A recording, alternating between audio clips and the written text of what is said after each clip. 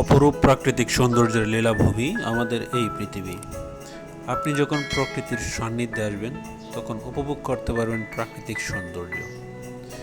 মহান সৃষ্টিকর্তা কত সুন্দর এবং উপভোগ্যভাবে এই পৃথিবীকে তৈরি করেছেন তা আপনি উপভোগ করতে পারবেন, দেখতে পারবেন।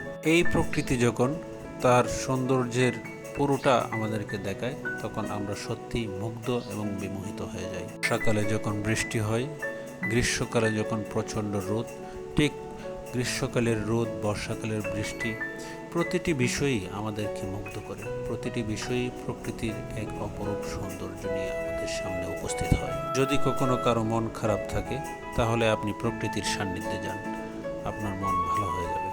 আপনি প্রকৃতির কাছে যান, প্রকৃতির কথা শুনেন, প্রকৃতির ভাষা বোঝার চেষ্টা করেন, দেখবেন আপনি সত্যিই প্রকৃতির মধ্যে হারিয়ে যাবেন। বেঁচে থাকার জন্য আমাদের কত আয়োজন, কত শত ব্যস্ততা। সকল ব্যস্ততা, সকল আয়োজনেরই একদিন সমাপ্তি হবে। তাই সেই আয়োজন, সেই সমাপ্তি হওয়ার পূর্বেই আমাদের সকলকে উচিত সৃষ্টিকর্তার সৃষ্টি করা প্রকৃতির এই অপরূপ সৌন্দর্য উপভোগ করা।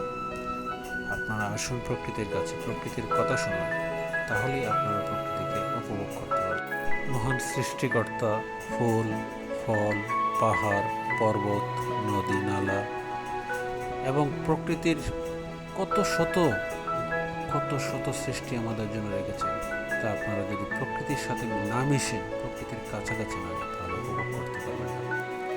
আপনার হাতে সময় আছে, আপনি বেরিয়ে পড়ুন প্রকৃতির সান্নিধ্যে। আপনি চলে যান দূরে কোথাও পাহাড়ি রাস্তায়,